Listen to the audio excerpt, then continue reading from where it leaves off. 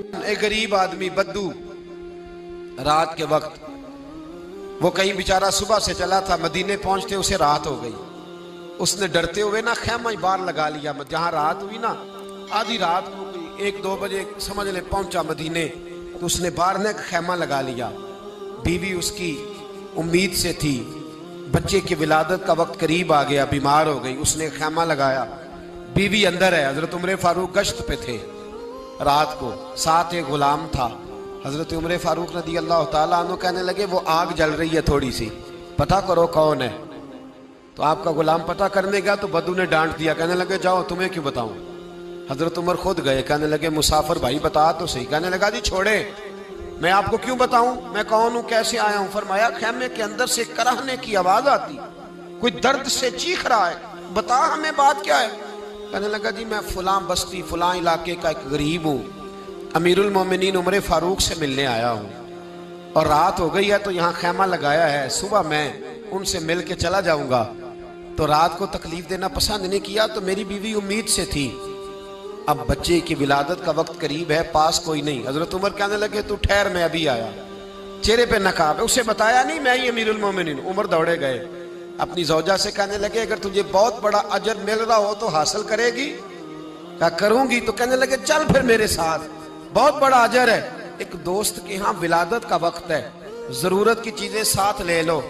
उस औरत ने थोड़े दाने ले लिए, घी ले लिया। हजरत उमर से कहने लगी लकड़ियां इकट्ठी कर ले। अमीरुल मोमिनीन, काउंसलर की बात नहीं बता रहा आपको, मैं आपको MPA की बात नहीं बता रहा, MNA की बात नहीं बता रहा, जो 10 गांव को मिला के चेयरमैन बना उसकी बात नहीं बता रहा, उसकी बात बता रहा हूं जो 22 लाख मुरब्बा मील का हुक्मरान है। उसकी बात बता रहा हूं जो गली से गुजरे तो शैतान रास्ता ही बदल जाता है। उसकी बात बता रहा हूं जिसके बारे में मेरे मुस्तफा करीम सल्लल्लाहु ताला अलैहि वसल्लम ने फरमाया मेरा उम्र तो वो है कि 950 साल हजरत जिब्रील भी इसकी शान बयान करें तो अजमत खत्म नहीं होती। इतना बड़ा शख्स। हजरत उमर ने लकड़ियां इकट्ठी की, ईंटों का रोड़े लेके चूल्हा बनाया, पहुंच गए। आपकी जौजा कहने लगी ये थोड़े दाने डालने, घी डालने और एक लकड़ी लेके इसको हिलाएं, तैयार करें। खुद जौजा अंदर चली गई, हजरत उमर बाहर पकाने लगे।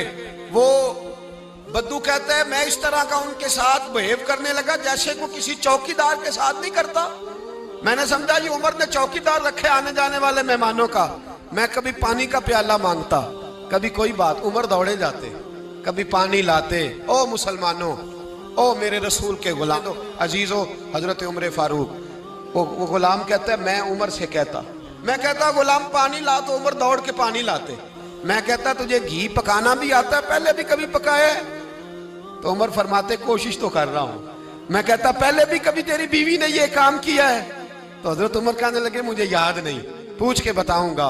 कहते हैं क्या रंग था, क्या अंदाज था, क्या मुस्तफा की तरबियत थी, क्या अंदाज हुजूर ने सिखाए गुलामों को।